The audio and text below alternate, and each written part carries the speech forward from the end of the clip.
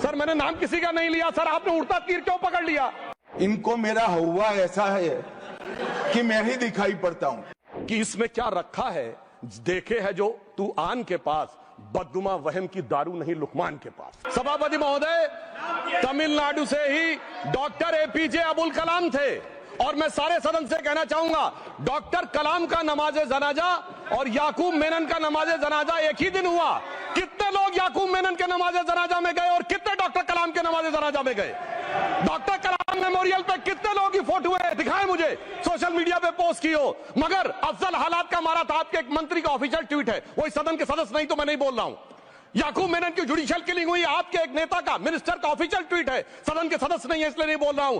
और sir 26/11 RSS ने कराया, सदन के सदस्य बैठे हुए हैं।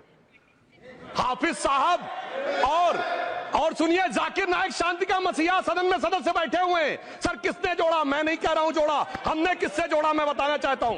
मैं अपनी बात, सर मैंने नाम किसी का नहीं लिया सर, आपने उड़ता तीर क्यों पकड़ लिया? सर मैंने नाम नहीं लिया, उड़ता तीर क्यों पकड़ लिया?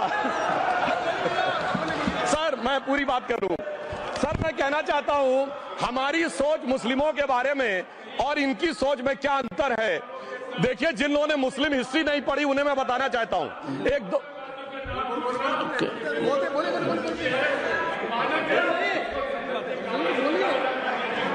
सभापति महोदय, मैं थोड़ा उन लोगों को इस्लामिक हिस्ट्री के बारे में बताना चाहता हूं। Honourable Digvijay Singh, please, I'll give a chance. I'll give.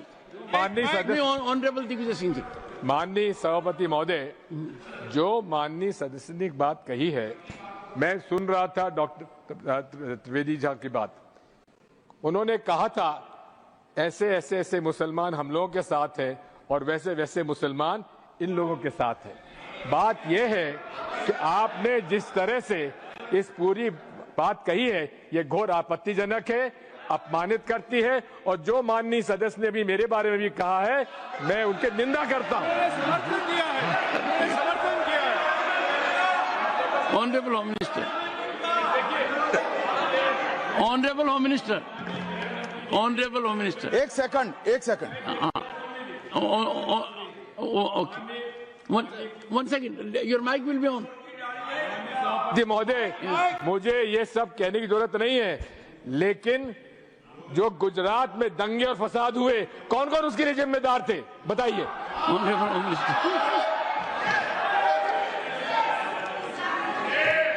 मान्यवर, मैं ध्यान से बारीकी से पूरे संवाद को सुन रहा हूं।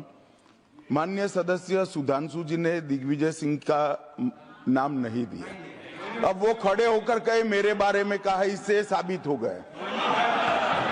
और अभी भी मौका है, अभी भी मौका है। आपने नहीं कहा है कि 26/11 के हमले में आरएसएस का हाथ था, तो अभी खड़े होकर माइक चालू कराकर बुलवा दीजिए माननीय।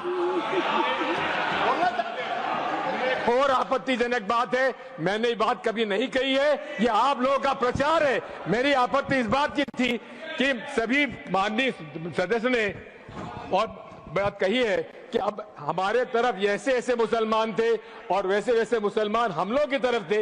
ये पूरे समाज के साथ, पूरे अल्पसंख्यक समाज के साथ अपमानजनक बात है।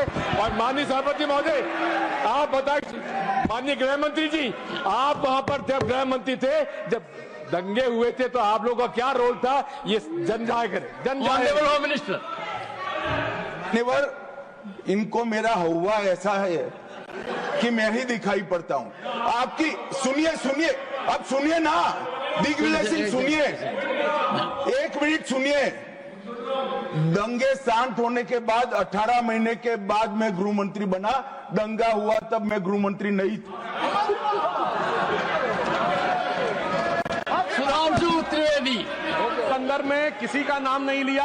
अजीज बर्नी की किताब थी 2611 एंड आरएसएस कॉन्स्पिरेसी, कोई जाके चेक कर ले उसमें कौन कौन कहां कहां था। अब मैं मुसलमानों के बारे में कहना चाहता हूं, मुस्लिम समाज के लिए। बहुत से लोग ऐसे हैं जिनको मुस्लिम समाज की हिस्ट्री नहीं पता है। मैं बताना चाहता हूं, भारत से जब न्यूमेरिक सिस्टम सबसे पहले गया तो अल जहार थे सबसे पहले, जिन्होंने जाके 1793 में जो सूर्य सिद्धांत था उसका अरबी में ट्रांसलेशन हुआ सिंध हिंद।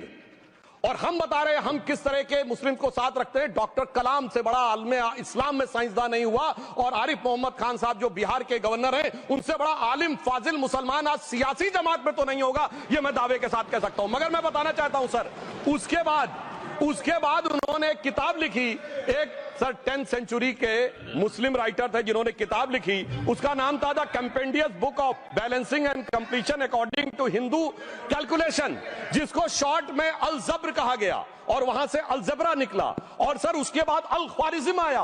और सर आज मेरे ख्याल से सदन के बहुत से लोगों को नहीं पता होगा, ये जो एल्गोरिथम वर्ड है ये अल ख्वारिज्म से आया हुआ है। एक जमाने में इस्लाम में बैतुल हिकमत था, यानी वो सबसे बड़ा हिकमत का केंद्र था, जब एक से एक लोग होते थे। बहुतों को नहीं पता होगा कि कोलंबस ने जिस नक्शे के थ्रू दुनिया ट्रेवल किया था, वो बनाने वाला भी एक मुस्लिम था, अल इदरीसी। मगर सर एल्गोरिथम आज ऐसा बदला कि एआई के एज में दलगत रुककर औरंगजेब के साथ खड़े हो गए।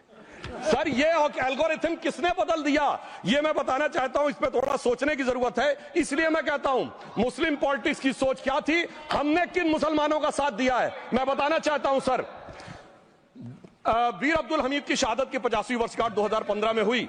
प्रधानमंत्री मोदी जी ने उनके पूरे परिवार को और उनकी पत्नी को बुला के सम्मानित किया, और इन लोगों ने उस यासीन मलिक को, जिसके ऊपर 3 एयरफोर्स के ऑफिसर्स को हत्या करने का आरोप था, वो प्रधानमंत्री आवास में। सर साफ दिखाई पड़ता है कौन किसके साथ खड़ा हुआ है, कौन किस तरह के मुसलमान के साथ खड़ा हुआ है। और सर मैं ये भी कहना चाहता हूं सर, ये सर अपने में टन बोलिए सर, पिछले 30-35 सालों से हुआ खड़ा किया जा रहा है। 1990 में जब राम मंदिर आंदोलन हुआ, कहा गया बीजेपी आएगी उत्तर प्रदेश में खा जाएगी। सर बीजेपी आने के बाद उत्तर प्रदेश में जानते क्या हुआ सर, 22 साल से शिया सुन्नी के बीच में जो दंगे चलते थे और मदे साहबा का जुलूस नहीं निकलता था, शिया समुदाय का मदे साहबा का जुलूस लखनऊ में हमारी सरकार में निकलना शुरू हुआ, और उसके बाद कहा गया केंद्र में भाजपा आएगी तो खा जाएगी। सर अटल जी की सरकार आई, इतनी शानदार स्थिति रही। उसके बाद कहा गया गुजरात में आएगी तो भाजपा खा जाएगी। सर गुजरात का मुसलमान आज सबसे समृद्ध मुसलमान है, सबसे ज्यादा जकात वहां से आता है। उसके बाद कहा गया मोदी जी की सरकार आएगी तो क्या होगा। सर मोदी जी की सरकार आने के बाद हमारे साथियों ने बताया है अल्पसंख्यक समुदाय के 70% लोग हैं जिनको किसी न किसी एक योजना का लाभ जरूर मिला है। और सर फिर कहा गया सीए आएगा तो नागरिकता छिन जाएगी। सर उसके बाद भी आपने सब देखा, और सर हम बचपन में सुनते थे कि राम मंदिर बनने लगेगा तो मिडिल ईस्ट के देश पेट्रोल देना बंद कर देंगे। सर राम मंदिर भी बन रहा है, और भारत मिडिल ईस्ट कॉरिडोर भी बन रहा है, और अबू धाबी में भी मंदिर बन रहा है, और 4 मुस्लिम देशों ने सर्वोच्च नागरिक सम्मान मोदी जी को दिया हुआ है। इसलिए मैं कहना चाहता हूं सर, मर्ज हो तो उसका इलाज किया जा सकता है। जैसे हमारे यहां वैद धनवंतर माने गए हैं, इस्लामी अकीदे में वैद हकीम लुकमान माने गए, तो कहा गया है उनके लिए कि इसमें क्या रखा है, देखे है जो तू आन के पास, बदगुमा वहम की दारू नहीं लुकमान के पास। यानी मर्ज का इलाज है, पर वहम का इलाज तो हकीम लुकमान भी नहीं कर सकते जो आपने पाल कर रखा है। मैं कहना चाहता हूं हम किन मुसलमानों की बात, गंगा जमुनी तहजीब की बात करते हैं। सर दारा शिकोह औरंगजेब का बड़ा भाई था, उसने उपनिषदों का अध्ययन किया, संस्कृत में अनुवाद कराया और नाम रखा सिर्रा अकबर, यानी वर्ड्स ऑफ गॉड। मैंने किसी को दारा शिकोह की जयंती मनाते हुए नहीं देखा।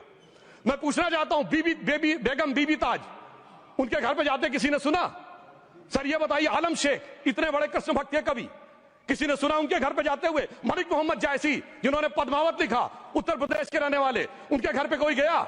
ये बताइए ब्रिगेडियर मोहम्मद उस्मान के घर पे कौन गया? आजमगढ़ में, गाजीपुर के रहने वाले थे, आज तक जाने वालों में नहीं दिखे। और मैं सर बताना चाहता हूं एक और बात, सर एक सैयद इब्राहिम रसखान हुए हैं, बहुत बड़े कृष्ण भक्त के कवि।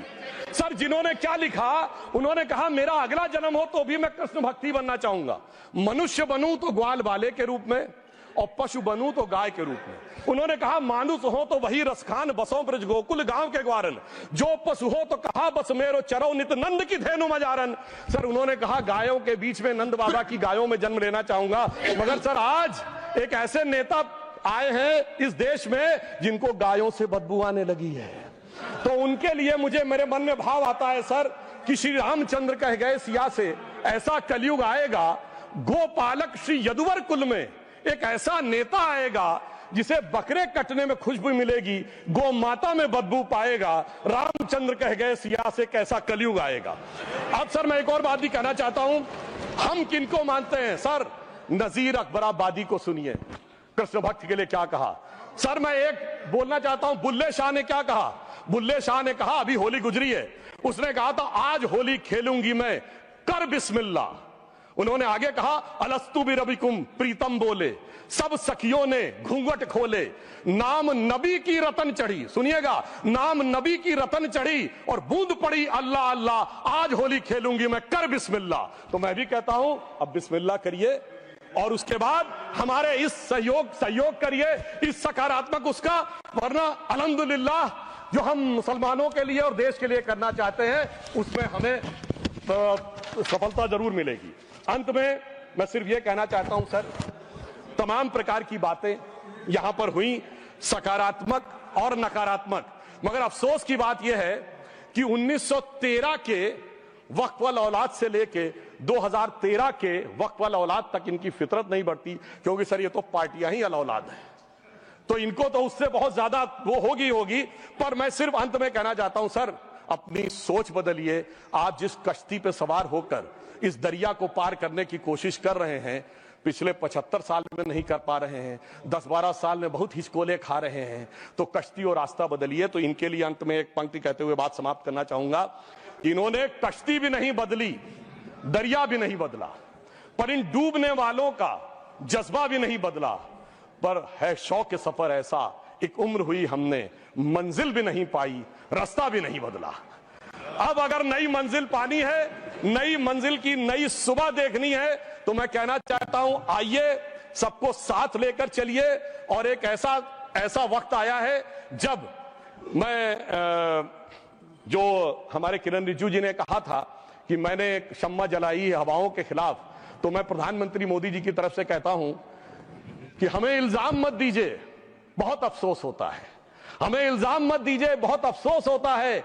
बड़ी तरकीब से कश्ती यहां तक लेके आए हैं और बदल देते हैं हम दरिया की लहरें अपनी हिम्मत से, आंधियों में भी अक्सर चिराग हमने जलाए हैं।